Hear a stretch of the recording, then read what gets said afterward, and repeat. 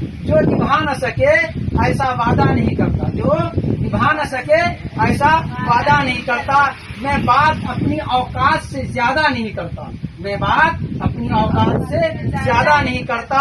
भले तमन्ना रखता हूँ आसमान छूने की, भले तमन्ना रखता हूँ क्या करने की, आसमान छूने की, मगर किसी को गिराने का इरादा नहीं रखता। देखिए कितना बेहतरीन शायरी है। मैं तमन्ना रखता हूँ किसको छूने की, आसमान छूने की। और ऐसा नहीं है कि मैं तो तमन्ना रख रहा हूँ आसमान छूने की, लेकिन अपने पड़ोसी से जलन है कि वो न छुए, उसको गिरा देंगे, ये भी इरादा मैं नहीं रखता। खुद तमन्ना रखो और लोगों से जलो मत, उसको भी आगे बढ़ने दो, खुद भी आगे बढ़ो, पड़ोसियों को भी आगे बढ़ने दो। जैसे मिसाल के तौर पर तुम कामयाब हो गए या तुम नहीं हुए कामयाब, पड़ोसी हो गया, तब भी तुमको जलना नहीं है, तुमको क्या करना है, कोशिश करना है। सुनने में मजा आया कि नहीं आया? कुछ तो बोलो।